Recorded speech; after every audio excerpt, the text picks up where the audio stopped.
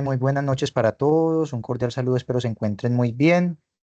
El día de hoy nos convoca pues la charla de trastorno afectivo bipolar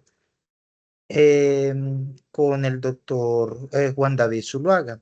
Él es médico general de la Universidad Cooperativa de Colombia y el día de hoy nos estará acompañando con la charla. Antes de iniciar, voy a decir esta frase de un libro que me pareció muy bonita. Vivir con un trastorno bipolar no consiste en intentar ser siempre feliz. Se trata de mirar al cielo durante tus noches más oscuras y ver las estrellas brillando sobre ti. Cuanto más oscuro se vuelve tu mundo, más brillan. Son la esperanza interior que te guía hasta que el sol vuelve a salir. Es entonces cuando has robado la victoria de una derrota segura. Brice Hostetler, Calcetines antideslizantes, mi viaje con el trastorno bipolar del año 2020.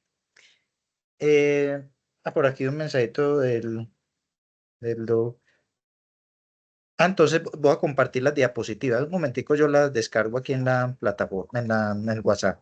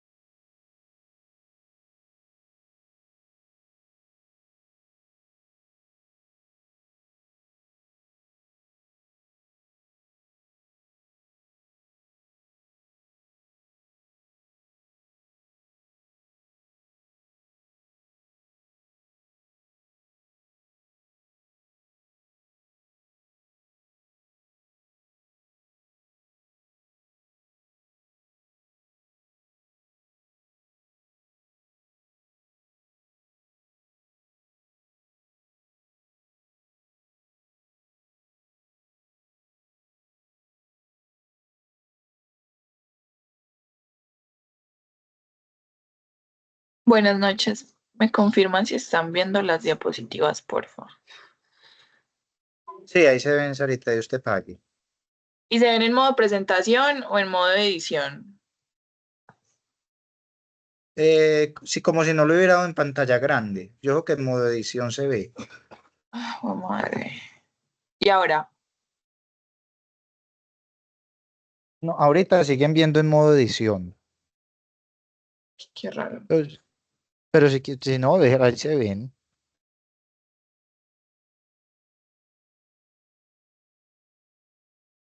Sí, yo creo que ahí ya. Esto Ahora no. sí, ya se ve en presentación de usted pague.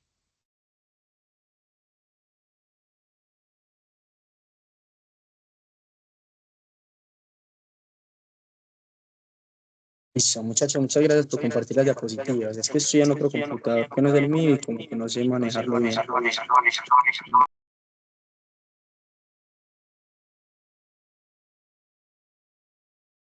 Listo. En este momento yo no me escucho, pues estoy como entre el celular y el computador, entonces cualquier cosita me van avisando. Listo. Listo, muchas gracias. Listo, Juanjo. Bueno, entonces el día de hoy nos corresponde hablar de trastorno afectivo bipolar. El trastorno afectivo bipolar es una enfermedad muy importante. ¿Por qué? Por su alta carga de morbimortalidad y también porque es una enfermedad muy incapacitante. Para pasar las diapositivas, ¿cómo hacemos? Ustedes me las van pasando y yo, eso, listo. Eso entonces es una enfermedad con una alta carga de morbimortalidad, una enfermedad muy incapacitante. En la última edición pues, que hubo del DSM-5 se habla de que es la enfermedad número 23 en la que más años de vida se pierden debido a esa incapacidad, ¿cierto? ¿Qué pasa también con esta enfermedad? Es una enfermedad que demora demasiado tiempo en ser diagnosticada y pues por ende en ser bien tratada. Entonces estos pacientes pueden pasar muchísimos años antes de que su calidad de vida mejore de alguna manera, ¿cierto? Va a manifestarse entonces con oscilaciones del ánimo, entre ellas de depresión, afecto anormal y manía, y ya vamos a ahondar un poquito más en eso. ¿Listo? Bueno, entonces aquí les puse, este es pues hay como un abrebocas a lo que vamos a ir viendo durante la charla. Entonces el trastorno afectivo bipolar se va a dividir casi que en dos desórdenes, ¿cierto? Hay otros subtipos también del trastorno afectivo bipolar, pero estos no van a ser finalmente tan importantes o tan comunes, aunque sí deberíamos tenerlos en cuenta, ¿sí? Entonces, en el trastorno bipolar tipo 1, lo más importante que tienen que saber ustedes es que es en ese en el que se van a presentar los episodios de manía, mientras que en el trastorno afectivo bipolar tipo 2 nunca se van a presentar, ¿cierto? Ya episodios de hipomanía, que van a ser parecidos a estos de manía, pueden estar presentes en ambos. Episodios depresivos, pues los síntomas depresivos también van a estar depresivos en ambos. Entonces ahí finalmente lo que los va a definir va a ser la ausencia de esos episodios de manía a lo largo de la enfermedad. Pásala, porfa. Listo, entonces, como les estaba mencionando, tiene una alta prevalencia, 2 al 3% de la población mundial, es una de las enfermedades psiquiátricas más comunes y pues más incapacitantes, junto con otras como pueden ser la esquizofrenia, que también va a tener una alta carga de dependencia, sobre todo con la familia, ¿cierto? En Colombia aproximadamente el 2%, la edad de inicio va a ser durante la adolescencia o la juventud. Importante también saber que en Colombia, sobre todo, es muy difícil encontrar una enfermedad psiquiátrica que sea únicamente psiquiátrica. ¿Qué quiero decir con esto? Que en general la mayoría de enfermedades van a estar desencadenadas por otro tipo de cosas, como lo va a hacer entonces el abuso de sustancias. Entonces va a ser una enfermedad que va a tener en general un desencadenante muy claro que va a ser entonces este abuso de sustancias. Listo. Sexta causa de años de vida ajustados para discapacidad en el mundo, como les había mencionado, común en jóvenes y en mujeres, y ya vamos a hablar entonces más de esto. Listo. Entonces, por su etiología, entonces, ¿qué tenemos? Va a haber algunos factores genéticos, familiares de primer grado de consanguinidad que tengan ese antecedente de trastorno afectivo bipolar. El trastorno afectivo bipolar tipo 1 va a ser más frecuente en familia, ¿cierto? Y va a haber una interacción de factores ambientales. Se ha demostrado, pues se pensaba antes, perdón, que el trastorno afectivo bipolar también está muy relacionado con algunas cosas ambientales, como lo puede ser también la profesión, ¿cierto? Entonces se ha demostrado en algunos estudios que hay pacientes que están predispuestos a sufrir de esa enfermedad. Por ejemplo, quienes los actores, bailarines, músicos o pintores, aunque en realidad pues esa relación pues no se ha demostrado del todo bien. Pero sí se ha demostrado que en estos pacientes que tienen el trastorno afectivo bipolar son más propensos a afectarse su creatividad, entonces tal vez puede que por ese lado es que se presente más la enfermedad en pacientes creativos, ¿cierto? Pero no se muestra en realidad una causa directamente relacionada con esto. Listo, entonces en factores psicosociales, psicológicos, vamos a tener algunos factores de desarrollo del niño durante los primeros 2 años de vida que van a ser influenciados y van a determinar este inicio de la enfermedad, ¿cierto? Hay algunos factores también genéticos que van a predisponer a la manía y la depresión y como les estaba mencionando, sobre todo en Colombia, en muchas ocasiones van a ser desencadenados por el abuso de sustancias, ¿sí? No se va a manifestar la enfermedad hasta que no haya como un desencadenante claro, un consumo de sustancias que entonces finalmente va a dejar que aparezcan esos síntomas afectivos de los que ya vamos a hablar un poquito más, ¿sí? Entonces la etiología no está como muy clara, no se conoce como muy bien cuál es la fisiopatología de la enfermedad, pero sí se sabe que hay muchos factores que van a desencadenar o que van a influir sobre el desarrollo de esta enfermedad. Listo. Entonces vamos a tener dos grandes dos grandes espectros de esta enfermedad, dos grandes cosas que nos van a estar hablando de esta enfermedad. Entonces, el primero es el CIE-10 y el otro es el DSM-5. Ahí les puse como esta tablita el CIE-10 de lo que nos habla del episodio actual hipomaníaco, episodio depresivo o un episodio mixto, ¿sí? Pero en realidad lo que nos vamos a basar para hacer el diagnóstico o esa sospecha diagnóstica va a ser con los criterios del DSM-5 que están en la diapositiva siguiente, ¿cierto? Entonces, en el DSM-5 nos van a hablar de varias cosas, como les estaba mencionando, varios espectros de la enfermedad. Entonces, el primero, trastorno bipolar tipo 1, que hacen entonces un episodio maníaco. Eso es lo primero que tenemos que tener en cuenta. va a haber siempre un episodio maníaco para diagnosticar ese trastorno afectivo bipolar tipo 1. En el bipolar tipo 2 va a haber hipomanía y pues también van a haber síntomas depresivos, pero importante es que nunca va a haber un episodio maníaco que preceda esto, ¿cierto? El trastorno psicotímico, ya vamos a hablar un poquito más de esto, debido a enfermedad médica, que en realidad eso es algo muy raro y pues tenemos que tener ahí presente o en cuenta otro tipo de hallazgos, por ejemplo, el examen clínico, ¿sí? Usualmente cuando vamos a hacer un diagnóstico inicial de trastorno afectivo bipolar, vamos a pedir algunos exámenes, algunos laboratorios o en algunas ocasiones muy extrañas una neuroimagen como para descartar que no sea un síndrome mental orgánico que esté desencadenando entonces finalmente estos síntomas afectivos, como lo puede ser una tomografía, en caso de una tomografía, una resonancia magnética, en caso de que sospechemos de pronto alguna masa cerebral, o entonces inicialmente vamos a pedir, por ejemplo, un perfil infeccioso, VIH o para sífilis, ¿cierto? Para descartar entonces que sean esos síntomas desencadenados por la presencia de estas enfermedades, un perfil tiroideo, perfil hepático, perfil renal, que finalmente eso también va a ser importante para finalmente decidir cuál va a ser el tratamiento que vamos a iniciar cuando diagnosticamos la enfermedad, ¿cierto? Y por último, trastorno bipolar inducido por síntomas. Listo. Entonces, como les estaba mencionando en las manifestaciones clínicas, lo esencial de estos trastornos es la presencia de al menos 2 episodios reiterativos en los que el estado de ánimo y los niveles de actividad estén profundamente alterados, ¿cierto? Entonces, el patrón más común es que la manía preceda a la depresión. Entonces, en la depresión bipolar predomina la apatía sobre la tristeza, hay mayor labilidad, menos anorexia y más hiperinsomnia. Vamos a tener algo que nos mencionan en muchas ocasiones, que son estos síntomas prodrómicos, pero los síntomas prodrómicos no son de valor predictivo. Entre estos vamos a tener la irritabilidad, la depresión, cambios en el estado de ánimo, ansiedad, pero se ha mostrado que estos síntomas prodrómicos pueden estar también en muchas otras enfermedades. Entonces, en general, no va a ser, pues no hay como una correlación importante entre estos síntomas prodrómicos y el inicio de la enfermedad, pero en algunas ocasiones, pues sí se pueden manifestar estos síntomas prodrómicos, ¿cierto? Entonces, cambiemos por favor la diapositiva. Vamos a hablar inicialmente del episodio maníaco. Entonces, manía. ¿Qué es importante en la manía? Va a ser necesario un criterio de temporalidad, ¿cierto?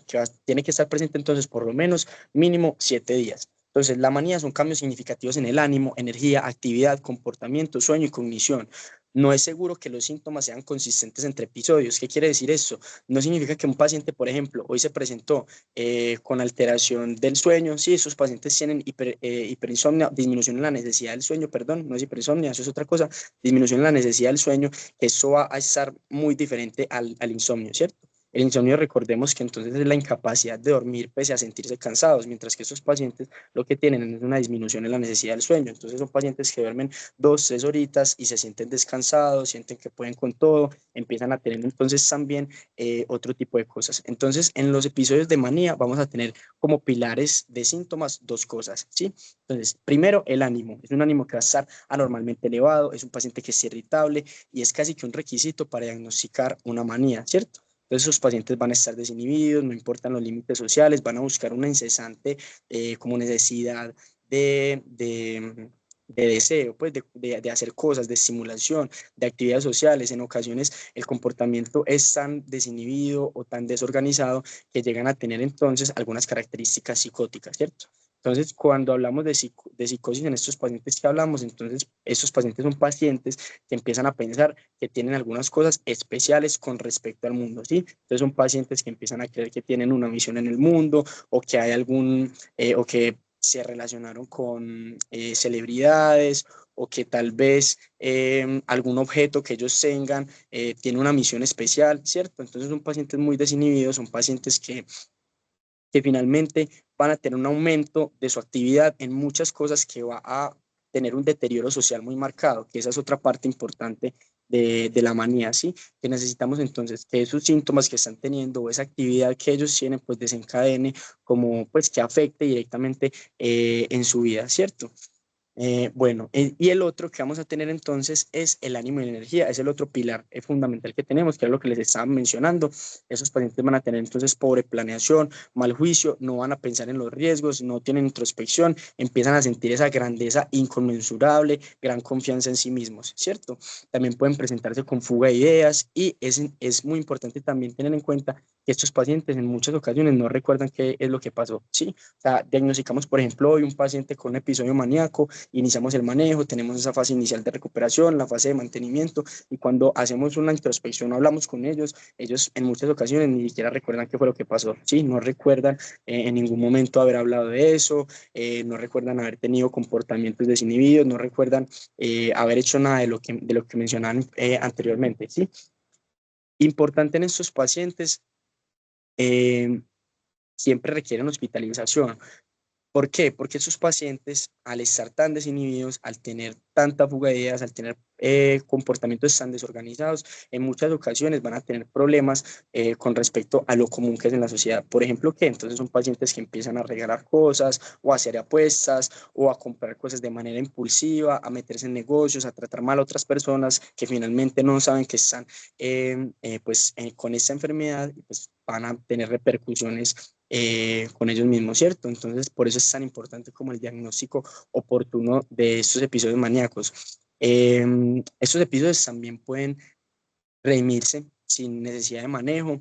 Es raro que pase, pero puede pasar, aunque en ocasiones lo más común que pase es que en realidad los síntomas empeoren, ¿sí? Pero hay hasta un 15 a 20% de pacientes que finalmente evolucionan hacia el otro aspecto de la enfermedad.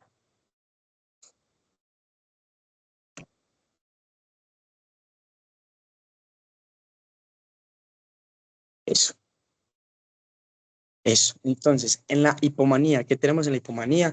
También es necesario temporalidad, son mínimo 4 días. Estos pacientes son pacientes que van a tener también comportamientos diferentes, comportamientos no aceptados o no tan aceptados en la sociedad, pero no van a ser tan graves o no van a estar como afectando tanto y directamente a la persona, ¿sí?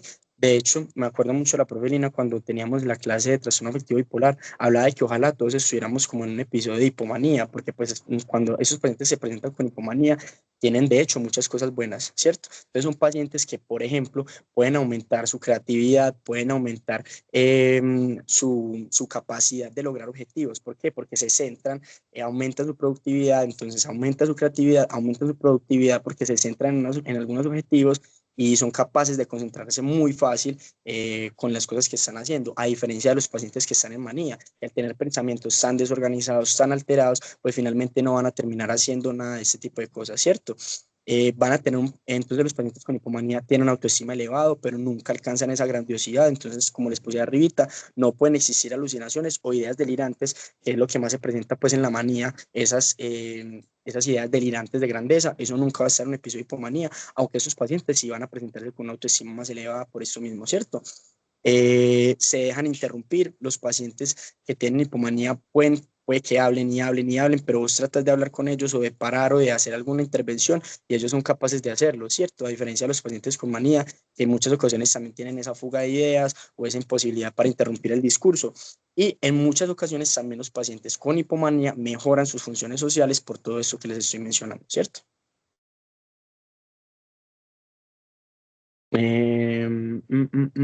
Bueno, esto del episodio maníaco más los síntomas psicóticos es lo que ya les mencioné pues inicialmente con el episodio maníaco. Entonces son ideas delirantes la mayor parte del tiempo, ¿cierto? O la mayor cantidad de veces que se presentan ideas delirios son ideas delirantes de grandeza, ¿cierto? Y ahí como en en la segunda causa serían entonces las persecutores.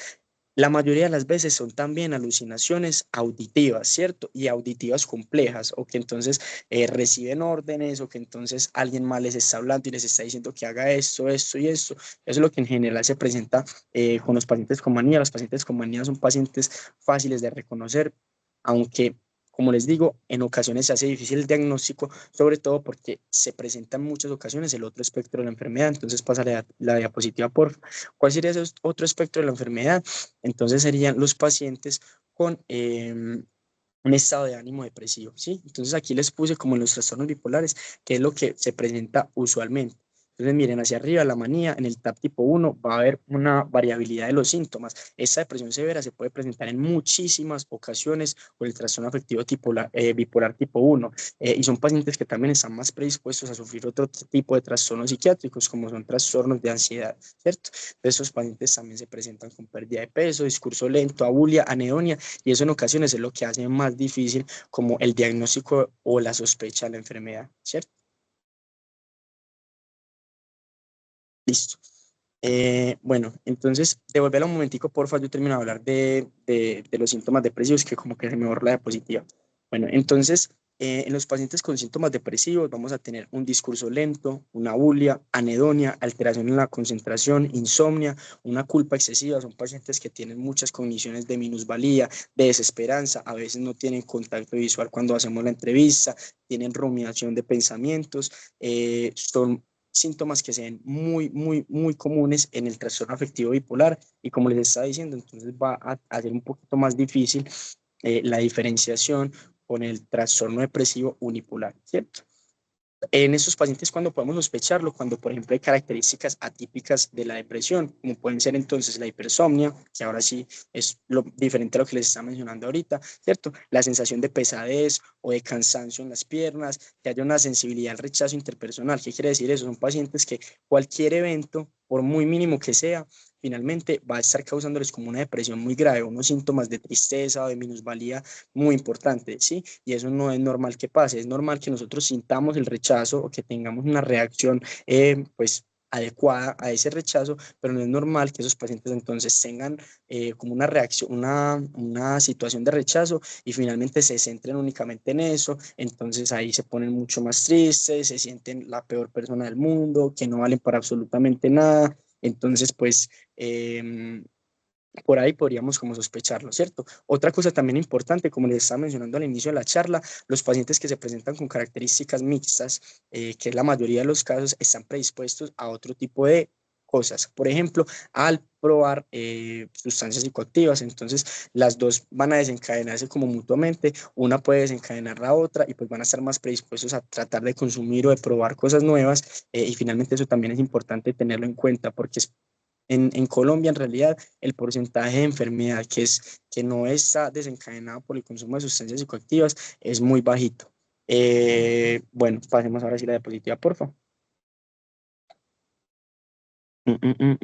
Bueno, entonces, ¿cuándo vamos a hospitalizar al paciente? Pues en general la mayoría de las veces esos pacientes van a tener que ser hospitalizados, excepto en los episodios de hipomanía, ¿cierto? En los episodios de hipomanía, pues en realidad es un paciente que sí se deja hablar, es un paciente en el que vamos a poder hacer una intervención farmacológica adecuada, ¿cierto? Entonces vamos a hospitalizar cuando obviamente haya una agitación psicomotora, haya un riesgo de hetero o autoagresión, sobre todo en los pacientes con trastorno afectivo bipolar tipo 2, van a presentarse en muchas más ocasiones con esos síntomas depresivos, ¿sí? Entonces ahí siempre vamos a tener que verificar muchas otras cosas en este paciente. Por ejemplo, que el riesgo social, ¿cierto? Si hay un pobre soporte social, pues es un paciente que va a tener más probabilidad de hacer algo malo, ¿cierto? En su casa, los pacientes con trastorno afectivo bipolar son pacientes más propensos al suicidio. Se ha observado en varios estudios observacionales y en metaanálisis que son pacientes que tienen unas tasas de suicidio mucho más altas por lo que les está mencionando, por esa alta carga de la enfermedad, porque es una enfermedad que no se diagnostica a tiempo, no se trata bien a tiempo, entonces son pacientes que todo el tiempo tienen que estar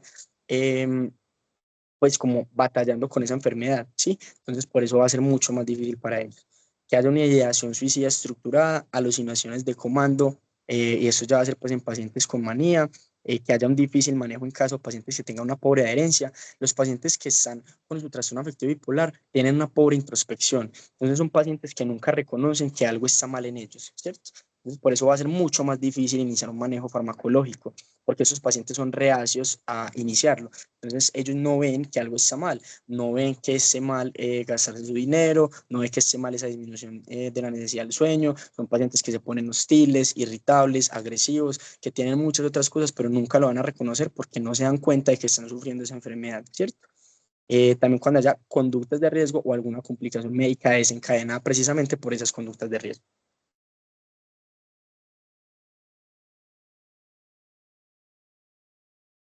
Listo. Entonces, ¿qué vamos a hacer o cómo vamos a empezar entonces nuestro abordaje con los pacientes con trastorno afectivo bipolar?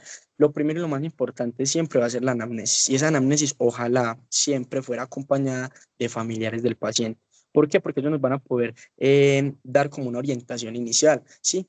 En muchas ocasiones, como les estaba mencionando, esos episodios se pueden redimir sin necesidad de manejo farmacológico. Entonces es importante hacer una anamnesis a los pacientes, a los familiares, bueno, en alguna ocasión se había presentado pues, las mismas características de lo que está sucediendo en este momento. Entonces el paciente en alguna ocasión lo habían visto muy irritable, muy eufórico, que no durmiera, que hiciera cosas en la casa todo el tiempo, que tuviera conductas de riesgo, ¿cierto? Eso nos va a dar una luz sobre ese paciente y nos va a ayudar a tomar entonces finalmente conductas con respecto a eso y a diferenciarlo entonces si va a ser un trastorno afectivo tipo bipolar tipo 1 o tipo 2, ¿cierto?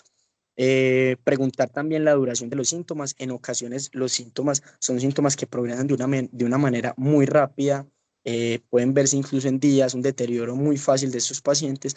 También en ocasiones pueden hacer cambios, ¿cierto? Cambios del espectro de los síntomas. Entonces inicialmente pueden empezar con episodios, pues con un episodio de manía, pero hacer entonces un viraje a síntomas depresivos o pacientes que están en hipomanía, entonces pasar a síntomas depresivos y viceversa, ¿cierto? Entonces, por eso también es eh, importante esa anamnesis con los familiares. Y si hay hospitalizaciones, ¿cierto? Porque los pacientes con trastorno afectivo bipolar cuando se descompensan, pues en general tienen que ser hospitalizados de manera más frecuente a otro tipo de enfermedades psiquiátricas, ¿cierto? Que responden de pronto un poco mejor al manejo farmacológico instaurado, ¿sí?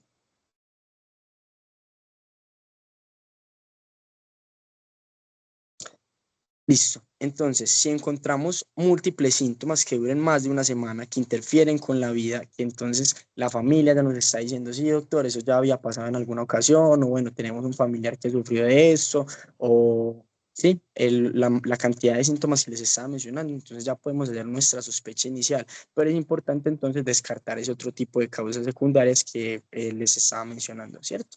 Entonces puede haber otro tipo de enfermedades que desencadenen o que simulen esos síntomas afectivos, ¿sí? Como lo pueden ser los trastornos de ansiedad, trastornos depresivos, la esquizofrenia, el trastorno esquizoafectivo.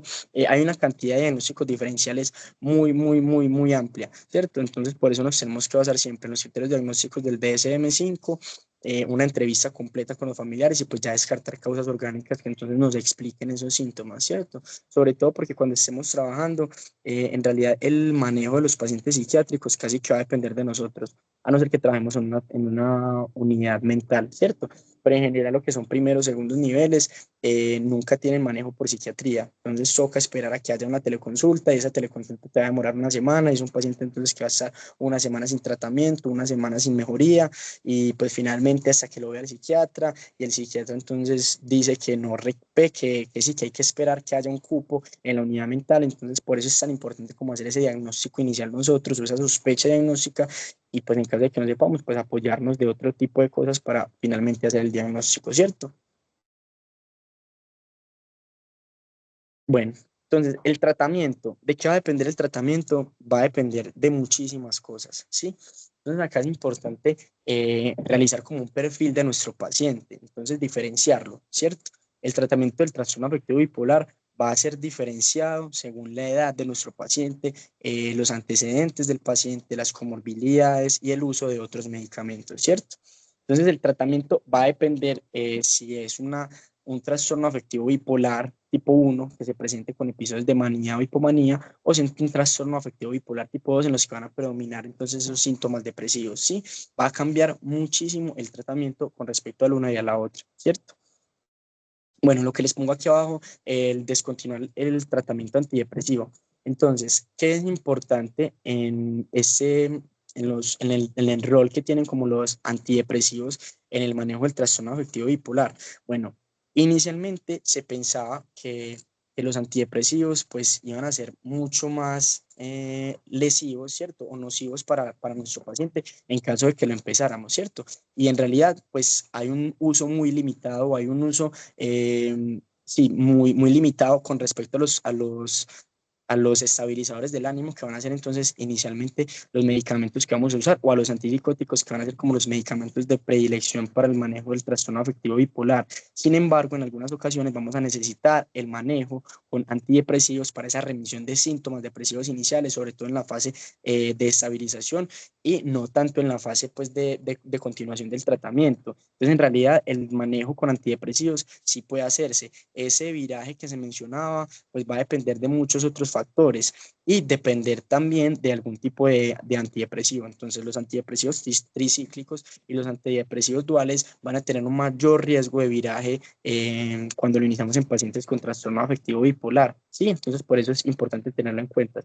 Pero hay manejo con antidepresivos que puede ser entonces un manejo, el más conocido, el que más se usa, es la quetiapina con la olanzapina con la fluoxetina, y estos dos se ha visto que tienen una tasa, pues aumentan mucho la tasa de remisión de síntomas y va a ser un manejo adecuado, sobre todo en esa fase inicial, ¿cierto? Entonces estabilizamos a nuestro paciente con el antidepresivo y con el antipsicótico y pues finalmente vamos a terminar quitando ese antidepresivo, pero en general sí se podría usar, sobre todo en esa etapa inicial, ¿cierto? Aunque haya una probabilidad de viraje, pues tenemos como que eso pesar, qué es lo importante en nuestro paciente, ¿cierto?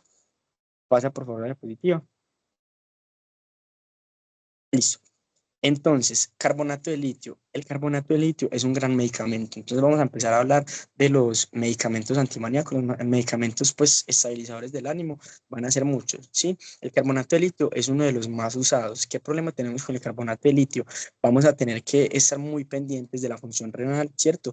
Va a ser no tan utilizado en pacientes, sobre todo con comorbilidades o ancianos, pues porque tiene un alto riesgo de intoxicación, un alto riesgo también de, de efectos, de efectos secundarios con el uso del carbonato de litio, ¿cierto?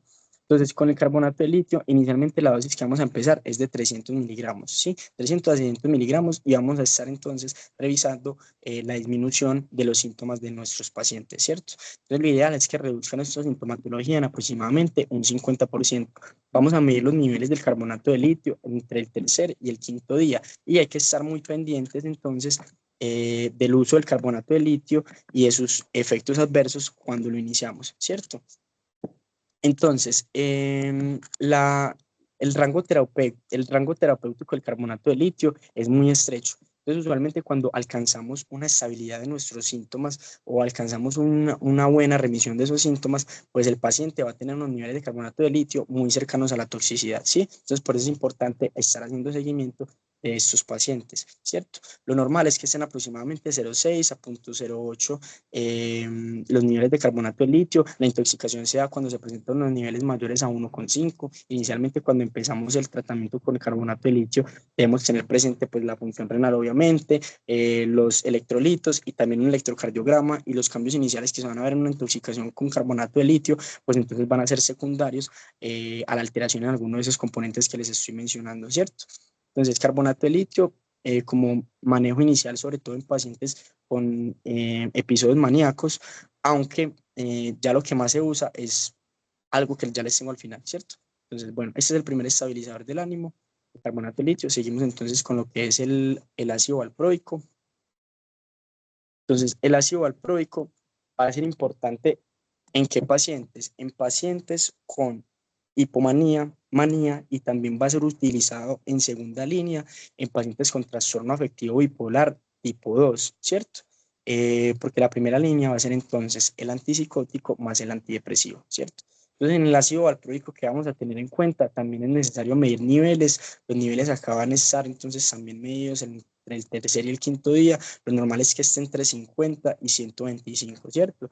Importante aquí con el carbonato de litio, va a tener también algunos efectos adversos o algunas contraindicaciones, sobre todo en pacientes que tienen alteración del perfil hepático, pacientes lactantes, ¿cierto? O en riesgo, pues, o que están en su etapa fértil, sí, sobre todo en mujeres. Por eso esos pacientes, pues en mujeres en realidad el uso no está tan adecuado, a no ser que garanticemos pues un plan anticonceptivo, sí, que se siga un plan anticonceptivo, pues por el alto riesgo de teratogenicidad que tiene este medicamento, ¿cierto?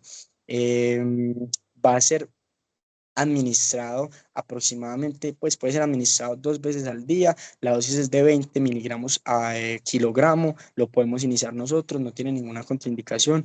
Aquí algo importante de este medicamento es que se puede usar pues como una única dosis o como 2 dosis a lo largo del día, ¿cierto? Y ya tenemos algo que cubre el seguro, que es el divalproato. Entonces, que sería ese ácido valproico XR que podemos dar una sola vez al día. Entonces, esto va a disminuir la cantidad de efectos adversos con la administración del medicamento. Es un gran medicamento, solo hay un laboratorio que lo produce pues en el país, pero si lo ordenamos nosotros, el medicamento lo pueden dar, ¿sí?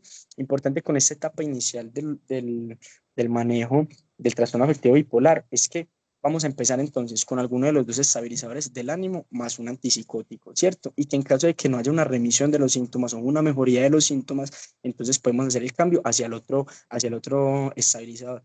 Por ejemplo, entonces empezamos hoy con ácido valproico, quetiapina, ¿cierto? No hay una mejoría de los síntomas, entonces lo que nos habla el algoritmo de tratamiento es pues realizar el cambio hacia el otro estabilizador del ánimo. Entonces pasaríamos hacia el litio y hacia el antipsicótico, ¿cierto?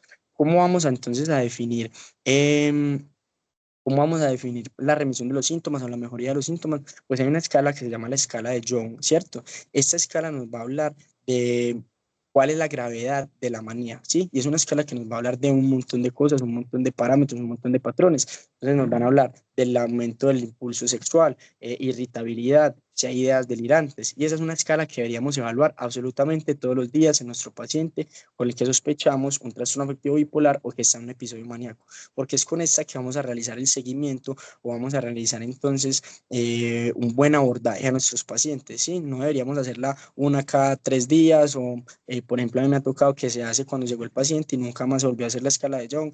Pues en realidad deberíamos hacer esa escala todos los días para evaluar cuál es la mejoría o no de los síntomas de nuestro paciente, ¿cierto?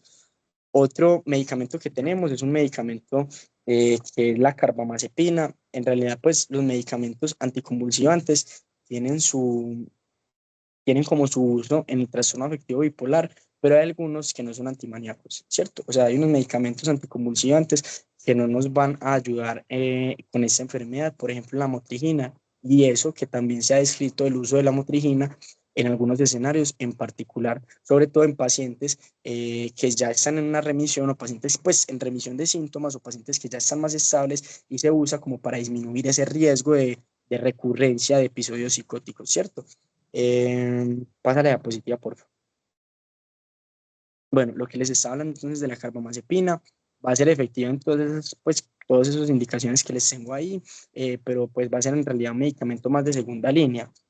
Nosotros como médicos generales pues deberíamos tener en cuenta o deberíamos saber manejar por lo menos lo que es el carbonato de litio y el ácido valproico, sobre todo para empezarlo pues, en las etapas iniciales de la enfermedad o cuando apenas es que estamos descubriendo la enfermedad, vamos a hacer un diagnóstico inicial, ¿cierto? Porque todos los pacientes con trastorno afectivo bipolar pues deberían tener un seguimiento y un manejo por psiquiatría, ¿sí? Pero si no iniciamos medicamento cuando nos llega el paciente, pues no va a haber ningún cambio, no vamos a tener ninguna mejoría y pues el paciente se va a quedar ahí, como les estaba mencionando ahorita, 7, 10 días, que es más o menos lo que dura una respuesta a un anexo sin manejo, ¿cierto? Y pues en realidad son pacientes muy complicados de manejar, sobre todo los pacientes con manía, porque son pacientes muy agresivos en ocasiones, ¿sí? Entonces, pásala por favor. Como les estaba mencionando, entonces manía, primera línea, estabilizadores del ánimo y antipsicóticos atípicos en psicosis o agitación. ¿Qué antipsicóticos atípicos tenemos acá? Como son la olanzapina, la risperidona, el aripiprazol, quetiapina o la luracidona. Estos medicamentos en realidad se usan siempre en conjunto con los estabilizadores del ánimo, ¿sí? Y dependiendo del paciente, pues vamos a tener un perfil diferente, ¿sí? Porque hay algunos antipsicóticos entonces que aumentan el riesgo de síntomas o efectos adversos. Acuérdense también todos los síntomas extrapiramidales que podemos tener entonces con este tipo de medicamentos. Hay algunos, por ejemplo, que aumentan de peso, entonces vamos a preferir no utilizarlos en pacientes obesos. Como les estaba mencionando, tenemos que hacer como un perfil inicial de nuestro paciente y diferenciarlo y dependiendo de eso, pues sopesar riesgo-beneficio, cuál sería el mejor para utilizar con cada uno de ellos, ¿cierto? Las benzodiazepinas, pues en realidad no tienen ningún manejo como para la etapa inicial ni para la etapa de mantenimiento, únicamente deberíamos usarlas en caso de que haya agitación. Mientras tratamos de hacer un control de los síntomas, ¿cierto? pero como les estaba mencionando, en realidad son pacientes que responden muy bien a los medicamentos y en caso de que no, pues ya habría que pensar en cambiar manejo, aumentar dosis y pues no se necesita en realidad mucho lo de las benzodiazepinas, a no ser que haya agitación. ¿Listo? Bueno, depresión bipolar, como les estaba mencionando, nunca va a haber un antidepresivo solo. En caso de que haya un antidepresivo solo, deberíamos suspenderlo o cambiarlo a uno que tenga un mejor perfil de seguridad, ¿cierto? Entonces, como primera línea que tenemos, la quetiapina o la lurasidona como único manejo, ¿cierto? Y en segunda línea vamos a tener los estabilizadores del ánimo o el uso de algún medicamento estabilizador del ánimo o antipsicótico junto con un antidepresivo, ¿cierto? Que lo que más les había mencionado, pues que estaba como que tenía estudios o evidencia, entonces iba a ser la olanzapina con la fluoxetina o la quetiapina con esta misma, ¿cierto? Como segunda línea vamos a tener entonces ácido valproico más bupropión. Miren que, como les estaba mencionando, en realidad ese riesgo de viraje se presenta sobre todo en antidepresivos tricíclicos o antidepresivos duales. El bupropión no es ninguno de estos dos. Y la combinación de estabilizadores con antidepresivos, sobre todo, se va a hacer inicialmente, ¿cierto? En la fase de estabilización, que va a ser entre 4 a 16 semanas aproximadamente, para reducir esos síntomas depresivos de nuestros pacientes, mejorarlos y pues ya suspender el medicamento y continuar entonces con el antipsicótico o el estabilizador del ánimo. ¿Listo? Bueno, aquí esta tablita casi que no veo absolutamente nada, pero como les estaba mencionando, el esquema farmacológico, el esquema de tratamiento es casi que similar para todos los pacientes. Y de todas formas, estos pacientes van a ser siempre manejados por un especialista, ¿cierto? Entonces, lo que necesitamos nosotros, sobre todo, es hacer un manejo inicial o iniciar un tratamiento definiendo nuestro paciente, ¿cierto? Definiendo cuál es el perfil de cada uno de nuestros pacientes y qué sería entonces lo mejor para ellos. Y en caso de que durante ese proceso de remisión inicial pues se demore mucho, no haya una mejoría, pues sí podemos hacer nosotros el cambio. Entonces, como les estaba mencionando, inició el paciente con ácido valproico más algún antipsicótico, no mejoró, listo, realizamos el cambio entonces a litio más el antipsicótico, ¿cierto?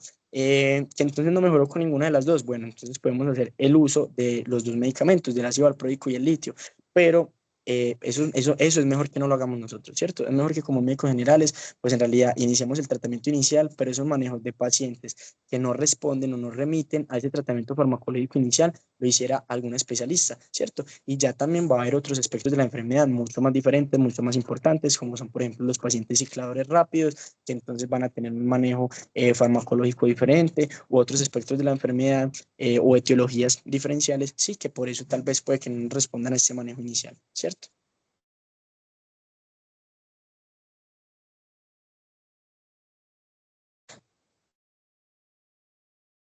Bueno, y en el algoritmo del tratamiento del episodio depresivo de los pacientes depresivos, pues inicialmente entonces empezamos antipsicótico, puede ser la quetiapina o la lurasidona. La lurasidona en realidad pues no se ha mejorado, pues no se ha demostrado que tenga una mejor, pues sí, como una mejoría de remisión de síntomas con respecto a la quetiapina, y pues la quetiapina se consigue en realidad de manera muy fácil. La quetiapina es un medicamento que deberíamos manejar nosotros como médicos generales, es un medicamento con un gran perfil de seguridad, es un gran medicamento, ¿cierto? En caso de que no nos mejore inicialmente con la quetiapina, entonces podemos hacer el cambio a algún estabilizador del ánimo, como es el ácido valproico único, ¿cierto?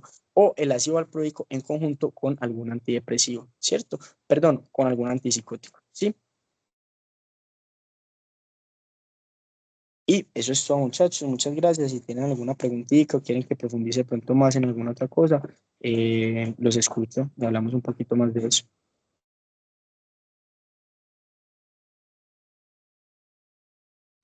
Sara tiene la mano levantada. Sara, si Bueno, quiere bien puede. hola. Yo tengo una dudita. Me llamó mucho la atención que se usen antiepilépticos también como tratamiento en el TAP. Eh, ¿Tiene alguna relación la epilepsia con el trastorno afectivo bipolar?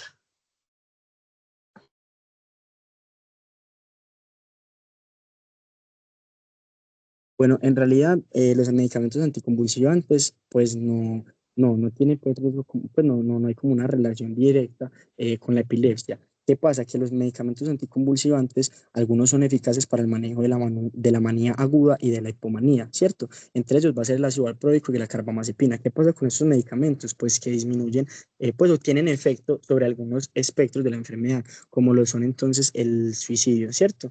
El trastorno bipolar está asociado, por ejemplo, con una tasa del riesgo de suicidio, ¿cierto? Y todos los pacientes deberían ser como monitorizados o pues estar pendiente de ellos acerca de estos comportamientos. Y se ha demostrado que los medicamentos anticonvulsivantes pues reducen el riesgo de que se presenten estos intentos de suicidio o pues sí, como estos síntomas iniciales de suicidio. Pero en realidad no es que tenga que ver como con la epilepsia o algo así, no, nada. Ok, gracias.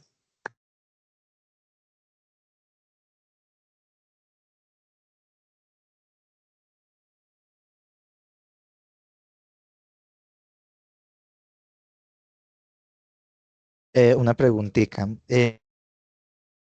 Personas con trastorno afectivo.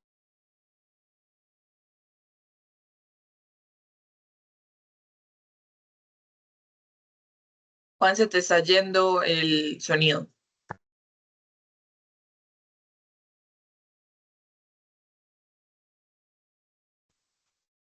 Hola, ahí me escuchan ahora sí, yo creo que ahora sí, ahí me escuchan. Sí, Juan, ahí te escuchamos. Sí, gracias. De una pregunta, cuando he visto varias personas que tienen trastorno afectivo bipolar y el uso de diferentes estabilizadores del ánimo les produce diferentes síntomas motores. Esto es por inhibición de alguna de las vías, por ejemplo, en la psicosis que la vía encargada de eso es la nigroestriada, pues es que un antipsicótico inhibe esa vía, eso es lo que genera como esas alteraciones en el movimiento. Aquí en el TAP también puede verse relacionado esa parte.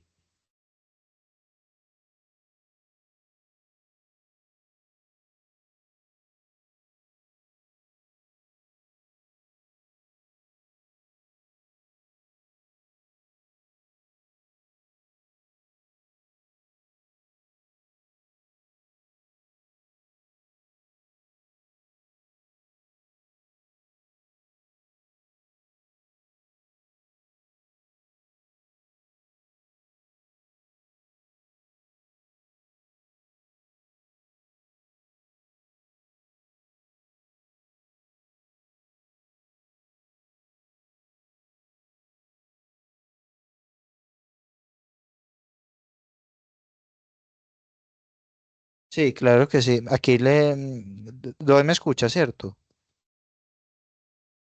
Ahí yo creo que ya se escucha. La pregunta que hacía era que las personas bueno, he tratado con varias personas que tienen trastorno activo bipolar y he notado que tienen alteraciones en el movimiento. Eso se debe a los estabilizadores del ánimo, por ejemplo, los antipsicóticos que actúan en la vía nigroestriada, que generan esos síntomas del movimiento. Los estabilizadores del ánimo también tienen alguna relación con esto, con estos síntomas, pues con estos efectos secundarios de trastorno o alteración en el movimiento.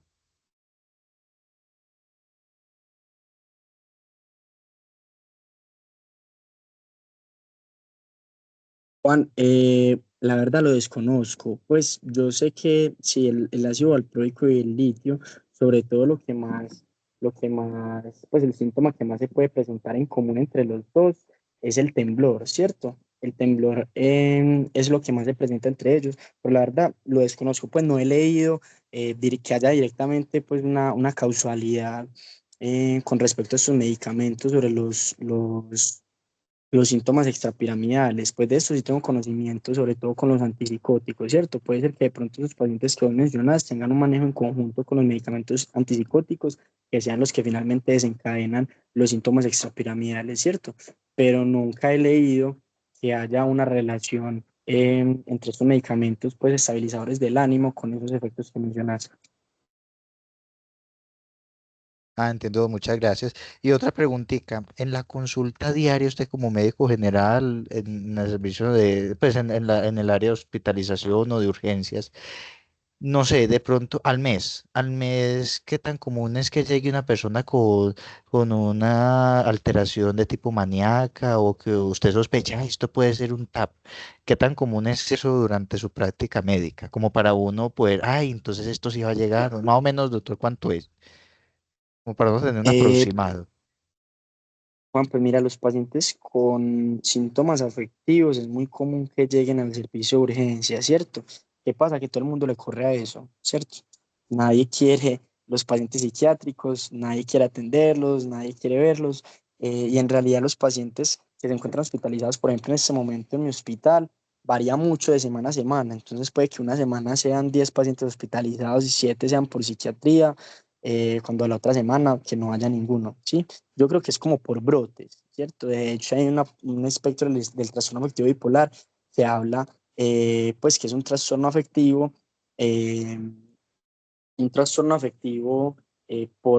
¿cómo se llama esto? Estacional, trastorno afectivo estacional, que nos habla, pues, de que se presentan esos síntomas según la época del año, ¿cierto? Pero sí es bastante común los pacientes con trastorno afectivo bipolar, se presentan bastante.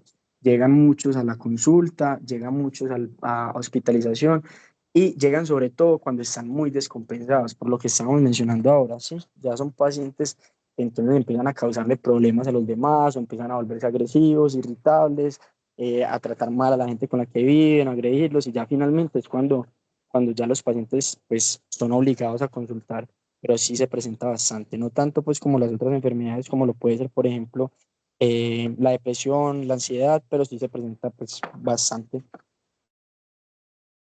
Y esos brotes así que usted menciona son en fechas específicas del año, por ejemplo, me imagino un diciembre o eso en qué es lo que usted más es común que vea, en qué tipo de fecha en el año.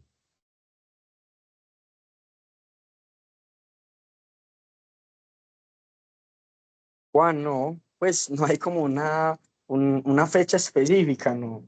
Como te digo, no sé también si eso irá de pronto con la suerte o lo que pase en el hospital. Yo trabajé inicialmente pues en Santuario había muchos pacientes psiquiátricos, ahorita estoy en Yarumal y pues en Yarumal también hay muchos pacientes psiquiátricos. eh, Depende, ¿cierto? Depende de muchísimas cosas y de que sí se haga como esa sospecha o ese diagnóstico, porque la mayoría de los pacientes pues ni consultan o nunca se dan cuenta que sufren de esto. Ah, listo, entiendo, muchísimas gracias. Usted, por favor, nos podría dar una palabra clave para para el formato de asistencia, por favor. Una palabrita clave. Manía. Manía, listo. Veo, pues, no sé si alguien tiene la mano levantada, pero no veo como si alguna persona quiere hacer alguna otra pregunta. O si no, ya daríamos por terminar la charla. Recordemos, la palabra clave es manía. Entonces, quedan sino palabras pues de agradecimiento para el doctor Juan David, que esta es la segunda vez que nos acompaña y espero pues que no sea la última, porque verdad que qué charlas tan agradables. Muchísimas gracias por estos espacios que nos ha podido brindar a través de sus conocimientos. Mil gracias, doctor Juan David, muchísimas gracias. También a a la doctora Lina, como siempre, tan comprometida con el grupo. Aquí la veo en en los participantes. Muchísimas gracias a todos los que nos acompañaron durante el transcurso de esta tan agradable ponencia. Y este semestre quedan sin dos charlas en el grupo de interés en psiquiatría, que es la charla de parafilias y la charla de trastornos de la personalidad. Estaremos publicando las fechas. También, Dios mediante, el próximo jueves de mañana en 8, el 7 de noviembre, será el primer simposio sobre salud mental, banderas rojas y banderas verdes, relacionado pues con la salud mental de los médicos generales, un enfoque para que todo lo tengamos en cuenta. Entonces, no siendo más, nuevamente muchísimas gracias por este espacio, al doctor Juan David, a la doctora Lina, a todos los participantes en el grupo. Un muy fuerte abrazo para todos y que el Señor les bendiga. Muchísimas gracias. Muchísimas gracias. Hasta luego. Gracias. La doctora Lina, ya, ya. Sara, ¿puede dejar de grabar, por favor? Muchísimas gracias.